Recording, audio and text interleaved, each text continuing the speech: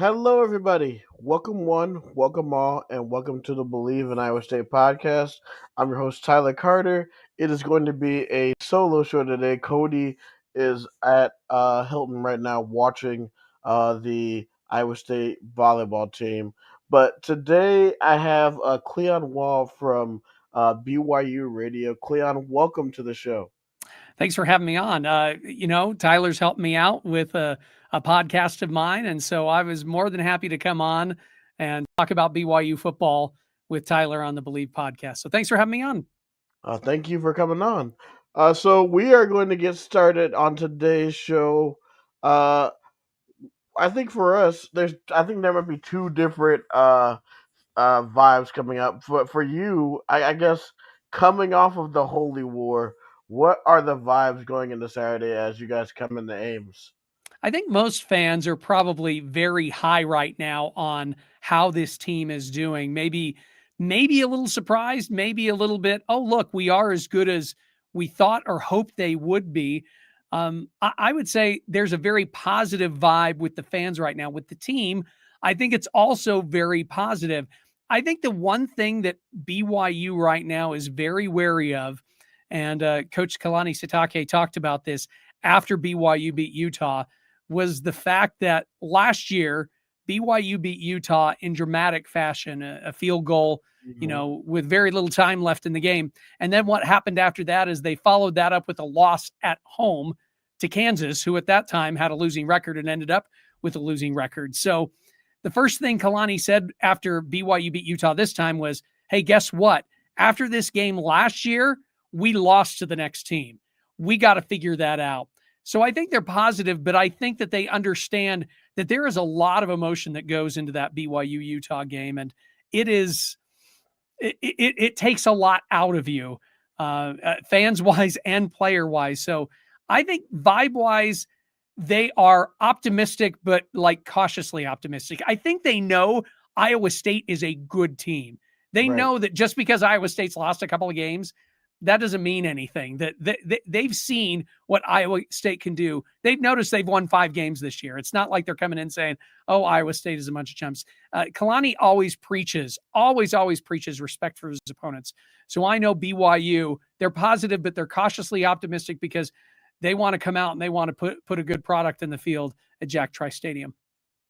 No, definitely. I think, I guess going from the Iowa State perspective, I'll say that we're cautiously optimistic too. Homecoming game, back at home. The last few weeks before the bye week, not what you wanted. You lose at Cincinnati, and then a game that you really shouldn't have no business losing. Losing at Colorado, offense really hasn't played well the last few weeks. But hey, maybe the offense can get it going.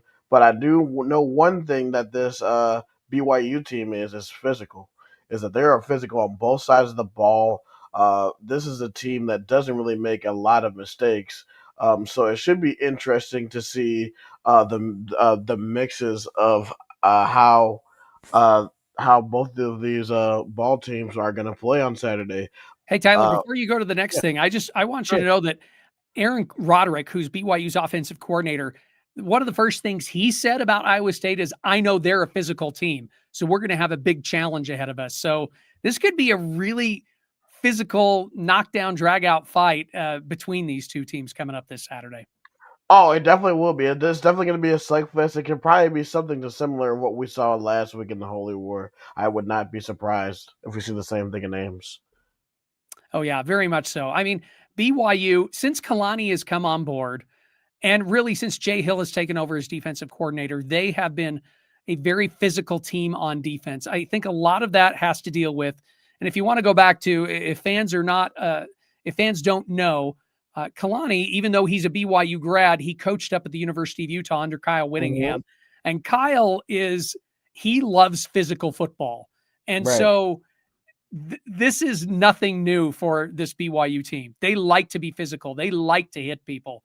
So I expect nothing less in this game coming up at Jack Trice Stadium. Oh, definitely, man. I'm really, really excited to see this. Wish I was there. Unfortunately, I won't be able to go.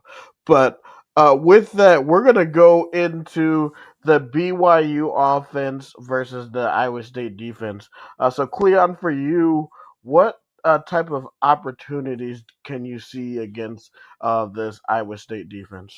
You know, I was heartened. If I'm a BYU fan, I was very heartened to see BYU rush effectively against a good, solid Utah defensive line. Hmm. Was it perfect all the time? No, it was not. But they were able to rush the ball, and of course, the guy that you're counting on the most is L.J. Martin for BYU. He's rushed for 774 yards so far this year. He's averaging 6 yards a carry. He's your main number one rusher on this team. Your number two rusher is your quarterback, and that's Bear Bachmeyer. But LJ Martin, he is the biggest key right now when it comes to their rushing attack. And they do like to run the ball just because Bear is a freshman quarterback. So if you can bottle up LJ Martin, or if LJ Martin gets injured, BYU will be in a world of hurt. If LJ Martin stays healthy, and they are able to run the ball, he loves running between the tackles. He's not your sweep guy that's going to go outspeed you. Hmm. He is your give you the ball. I'm going to run between the tackles. At bare minimum, I'm going to gain 4 to 5 yards every single carry as long as there's a little bit of a hole for me. That's really his game. So if they can rush the ball, I see BYU having a lot of success against Iowa State. And I'm not speaking ill against Bear Bachmeyer or the receivers, because the receivers are really good. They have Oh two really no, good ones yeah. in Chase Roberts and Parker Kingston. Both of them are very solid receivers. Parker is your deep threat. Chase Roberts is kind of your possession guy. Carson Ryan, the tight end, he's also very good. Those are your main three receivers. But if they have no rushing game, I think BYU is going to have a real hard time against Iowa State. Yeah, and that's one thing that I was looking at. That's one thing that worries about me, and that was one of the reasons why at the beginning I said is the physicality. Is definitely is this. I know that we're sort of waiting. We were just sort of looking at the injury report, and right now our interior lineman Dominique Orange right now is questionable for the game, so that could be a huge hit to the Iowa State defensive line. But I think I think that's going to be a key for the game is that whichever team is able to control the line of the scrimmage, at least especially on the defensive side, is going to have success.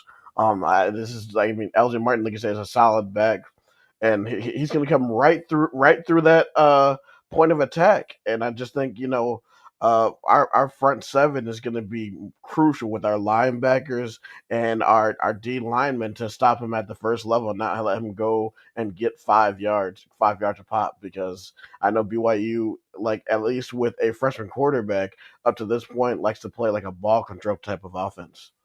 Yeah, very much so. I mean, they do dial up. Aaron Roderick, he likes to dial up fun and trick plays, and they have Hmm. worked in the past. But in the grants, and he does like to throw the ball. I should say that he is very much. Aaron played here at BYU during the time of Lavelle Edwards and Norm Chow, the old offensive coordinator from back then, and he likes to throw the ball. I think he wants to throw the ball, but I think he also recognizes, the bell cow that is LJ Martin. And so they're going to Right. run him as much as possible. And Bear Bachmeyer is very capable. But I Oh also yeah. know he misses throws. I also know he's a freshman, so he's going to misread sometimes too. He is very fresh when it comes to a lot of different things, but he's been, I'm going to say I have been surprised how well he has played this year. He's thrown for almost 1,400 yards so far this year when it comes to rushing. He's run for over, 359 yards this year. I mean, he is very capable, and a lot of people love what he does for this team. So I think you can still rattle him, though. You've seen that in games past. I mean, you can go back and look at some of those games. You go back to the Arizona game, you go back to the CU game, and he struggled at times, but he is very capable to help you win a football game too. No, definitely. I really besides that I really do like where our we're gonna get a body back in the secondary. Kajon Cummins Coleman, who was a freshman who got hurt, I believe, a few weeks ago in the Arizona game. So I really do like our secondary in this matchup. Although you guys do have some receivers who were able to get if we're able to be able to at least eliminate a semblance of BYU's run game. I like our secondary against your guys' receivers. Um, let's talk about the BYU defense versus Iowa State's offense. Now, Cleon, I forgot what is your guys' linebacker's name? I was watching the Holy War last week, number 18, because that guy is a monster. Okay, now I'm going to get a little. So is it 18, 16, or 17? Now, 16 is Isaiah Glasker. He's very good. 17 is Jack Kelly. Mm-hmm. And Jack Kelly is kind of like he's the heart of the defense in Mm-hmm. reality. He's your guy. He missed the week before because of an injury against West Virginia, but he came back and he really is the heart. He's the one who is your play caller on defense. But he also is when they dial him up for blitzes, he's really good. He's really good in coverage. He's good at stuffing the run.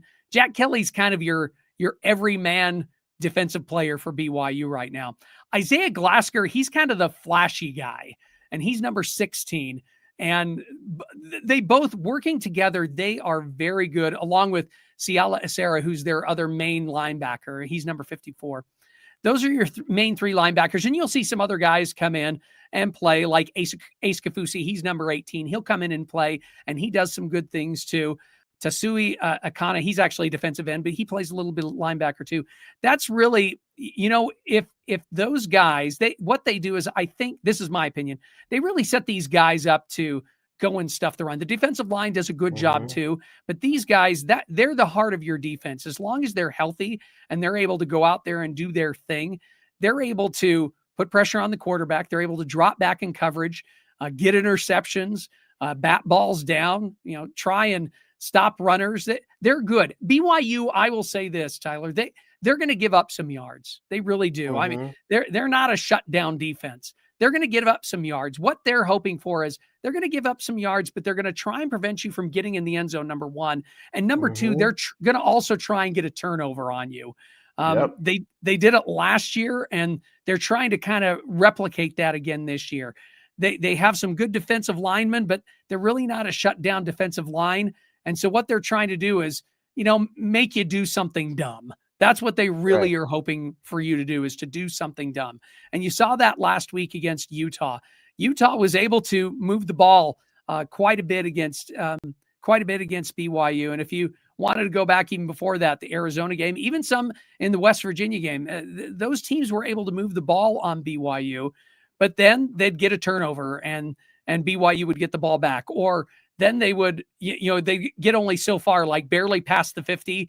And then after that, they couldn't really move any farther. So that's kind of BYU's key. They're going to give up some yards, but they're going to try and get a big play, whether it's a turnover or a sack or something like that, and put you into a bad spot where you're going to where the quarterback or the running back is going to make some bad decisions. And I'll be honest, I haven't watched all of Rocco Beck, but Rocco Beck, to me, he's a pretty smart dude. I don't see him Mm-hmm. going out and doing a lot of dumb things. So this is going to be a big time challenge for BYU to go up against Definitely. him. Yeah, and I will say that similar to BYU's defense, it reminds me sort of a team that we played similar to this year in Iowa. Is like they have like the same type of philosophy on defense, is where they'll let you go and drive and have yards, but then they'll force you to make a mistake. And it's like the most irritating thing because you know exactly what they're going to do, but it's are you willing to go and matriculate the ball down the field, and then once you get to the red zone, which is somewhere where Iowa State has struggled so far this year, it should be interesting to see where how Iowa State does offensively. Rocco, I'm excited to see how he bounces back. He hasn't really had the two greatest games the last few weeks. But hey, having a bye week there, working with the receivers, and then I'm really excited to see our tight ends against this defense, Bramer and Burkle against the linebackers, and then our offensive line and with our run game, I believe Carson Hansen should be able to return in this game. It should be interesting to see the mix and match between this BYU defense and Iowa State offense. So that's definitely going to be a match I'm going to be looking forward to in this game. Yeah, very much so. And I should say something about BYU secondary. BYU secondary is solid. Evan Johnson Oh is yeah. a good cornerback. Tanner Wall is a really solid safety. I mean, he'll get interceptions, but he's a big time hitter too. So those guys, they they do like to go out and hit. I do want to bring up one other guy who was just massively impacted. Has a and let me try that again. Had a massive impact in the game against Utah, and that's Falatau Satuala. And by the way, if I got his name wrong, Falatau, please excuse me. But he's another one of the he's one of the starting safeties, and he had one of the biggest hits against Utah that got replayed on X and a lot of other social media websites. So I he think is a that's the hit I saw. I was like, yeah, no, oh. yeah, he hit one of the Utah wide receivers on the sideline. And a lot of the Utah people on the sideline were like, come on, targeting or illegal hit. And we watched it on the replay and we're like, no, that was just a really hard legal hit. And the Utah player went down for a while and then he got back up. Luckily, he was on his own sideline. But Falatau, he got up and he was smiling ear to ear. He's really good too. So the secondary's good. Again, they're going to give up some yards in the air. I think Mhm. Iowa State will be able to be successful through the air. But what they're hoping for is they're hoping that Rocco's going to make a bad read somewhere, and I Right. think that's what they're going to hope for, and that they can get an interception. But BYU has a really solid defense. It's not a shutdown defense. It's a solid defense that's going to make you drive the length of the field and hopefully make a mistake in the process. Yes, no, definitely. And this I think this battle is definitely gonna be the one that's gonna be the key in this game. If BYU's defense can tee off like right then and there, and I wish this offensive drive and get them in sorts, and then they get the run game going. Watch out because BYU will have all the momentum at that point. Um, and then lastly, we're gonna do our three keys to victory. So Cleon, what is it gonna take for you for BYU to come out of this game undefeated? Okay. I'll start with offense, and that is one key is Bear Bachmeyer cannot play like a freshman. He is Hmm. he has to continue his upward progression. It hasn't been linear. There definitely has been times when he has looked as a freshman. If he can play like an upperclassman for about 75% of the game, then I think we're going to see good things from him. But I would probably say my number one key is Bear Bachmeyer can't play like a freshman because this every week it seems like the teams that they play are getting tougher. And that, by the way, that's not a smackdown against the University of Utah. That was a really tough game. But Oh now they're going yeah. to face a team that's going to be somewhat similar, or probably have just as good as athletes and everything like that. They're going to have all of that, except for this time, they're going to be on the road. So now he's got to Yeah. face a rabid road environment. He's done good so far when he went to CU, and he did good against Arizona, even though there were hardly any Arizona fans at that game. If he can play at least 75% not like a freshman, I think that's probably my number one key. And I know that may sound a little weird, but yeah, that's Hmm. probably my biggest thing is don't play like a freshman, because he is the key to make sure that everything else runs on the offense. So as long as he's not playing like a freshman and makes the right reads and the right calls and the right pitches and the right throws and the right runs, then I think BYU has a good chance of coming out of Ames with a victory. So I would say that's my key number one. Now, do you want me to go to my other two keys, or do you want to do your first key? No, you can do your other two keys and I'll do my other three. Okay. Okay. So I would probably say my number two key, a lot of times, I mean, this is going to be rather boring to say because it's just obvious. It's really the turnover battle. If BYU Yes. can turn, if they can get at least two turnovers against Iowa State, I think that will also work well in their favor. They've done well so far. There have been some sloppy games too. The West Virginia game, BYU playing against West Virginia, they turned the ball over in some bad spaces, and BYU's defense was not able to stop West Virginia from scoring a couple of touchdowns. So I guess I would say if they can somehow get at least two turnovers and keep it to 1 on their side, 2 to 3 and keep it to 1 on their side. I think that will probably be the next big key. And then I'd probably say the third key is break at least one big play. I think one big play could be a huge difference in this game. A few weeks ago, BYU had, I mean, they love, as I said, they love dialing up trick plays. Uh, don't be surprised if you see Parker Kingston, who's a wide receiver. Don't be surprised if you see him try and throw the ball on a reverse at some point. I'm sure Iowa State has scouted that out very well, and they will be expecting it. But don't be surprised if they try to do some sort of trick play to score a big time touchdown. They did it a few weeks ago against Arizona.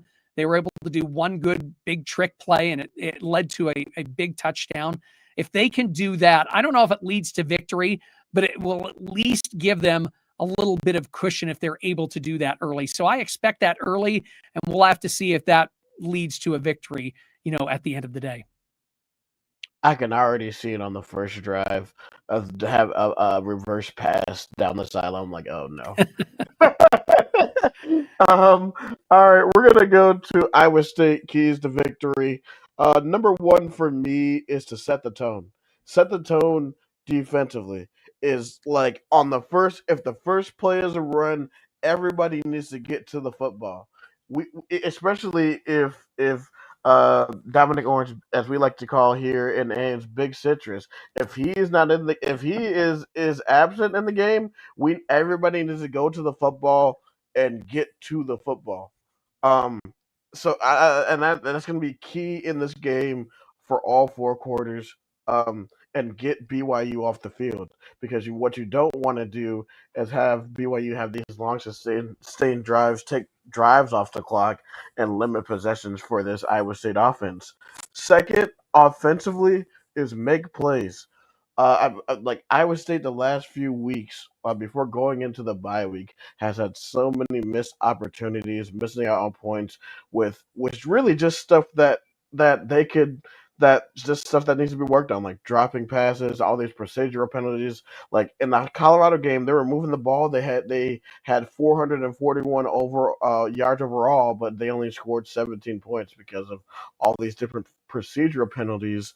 And like the last 2 weeks going up into the bye week, they had a combined 15 penalties for 119 yards. So it's definitely against what Iowa State does in the last few weeks, and that's what has caused them to lose games. When going in when they were starting out 5-0, they were like one of the most least penalized teams in the nation, and Iowa State doesn't really turn the ball over. So I think number two for me is offensively is be efficient. And I believe we're going to be getting our kicker back, Kyle Conradi, which I believe is questionable, but I believe he probably should be playing, which is going to be a big boost for us because offensively, it seemed like the offense had pressure to basically score from anywhere or basically anywhere before down territory after you cross the 50. So it should be. So I'm really really excited to see how Iowa State offense does in this game, and especially with a very very confident Abu Sama running for 177 yards. I look for the run game to be a big part of this game. So when they have opportunities, take advantage. And then number three for me is get the crowd in it early. Anytime, like the best thing about these big games is that the best thing about Iowa State in these big games because I believe like once we found out that homecoming game was at 2:30, this game sold out so quick. So give your like home crowd a reason to be excited. Like they are there. There's going to be 61,000 people in Cardinal and Gold cheering you on. So give your fans a reason to be loud on every single down, not just third down, but on every single down. Be loud, make plays. That's the thing. Make plays and be loud. And obviously, one of our mantras from last year, which is going to be true for this year, is to stay tougher for longer. That's one of the main reasons why. Last year they had all those comeback victories, and this year, why, like in those other victories that they've won, as they say, tougher for longer. And this is going to be a tough game, and that's how they're going to get out of this and get a upset win over the BYU Cougars. With that, we are going to go into our predictions. Cleon, how do you see this one turning out? I see this one turning out. I mean, I'm going to say relatively low scoring. I don't know. College football is so weird. I mean, It is, yeah. I I mean, I look at the NFL and I look at college football, and the prediction, the score I'm going to give is going to sound like, well, that's not really that low scoring, but I mean, for college football, I think it is. I Yeah. think BYU wins. Oh man, this is such a tough game. I looked at this game before the season, Tyler, and I thought that one is, I don't know if BYU wins that one. And maybe I'm a prisoner of the moment right now, but I'm going to believe in BYU being able to pull out a victory. It's a close one.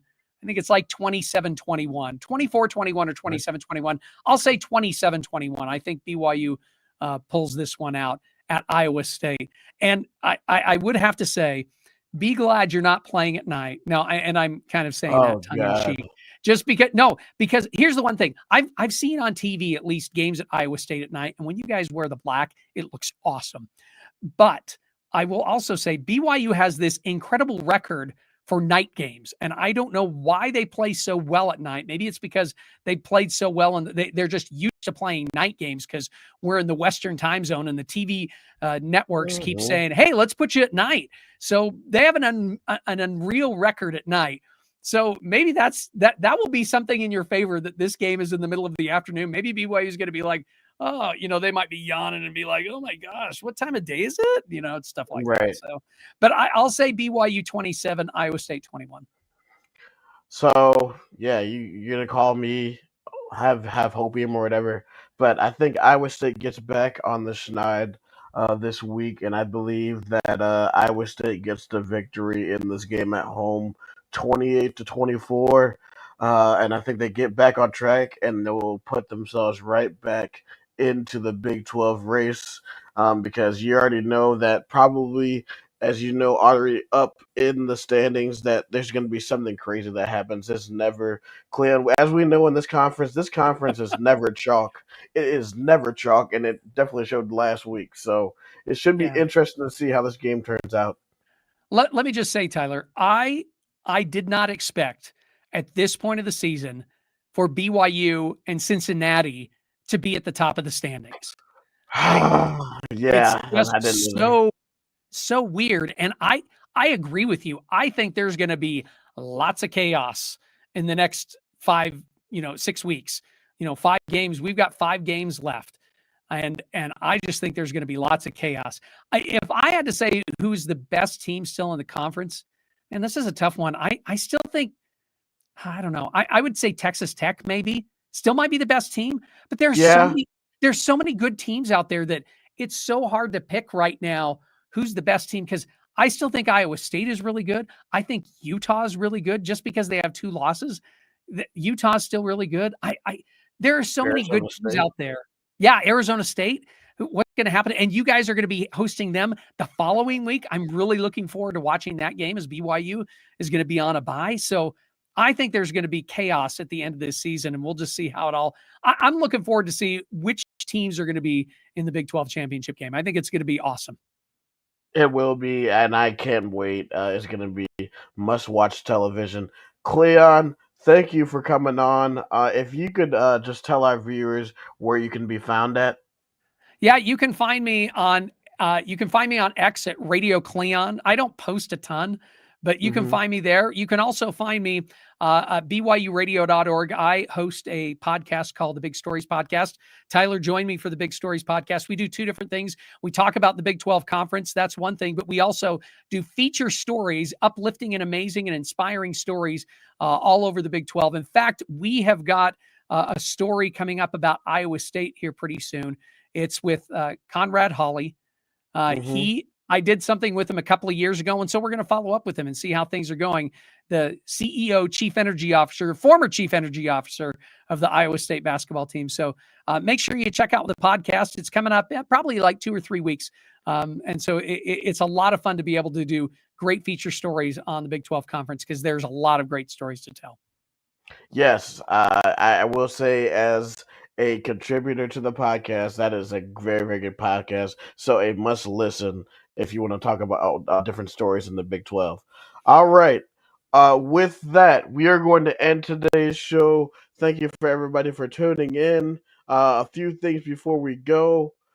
You can find Believe in Iowa State on social media. We have 6 forms of social media: YouTube, Instagram, Facebook, Twitter, TikTok, and Twitch. On Twitch, we're at Believe in ISU 2025. And you can find me and Cody on Twitter at me, Tyler, at SciTie Guy, and Cody at Fomac Campbell.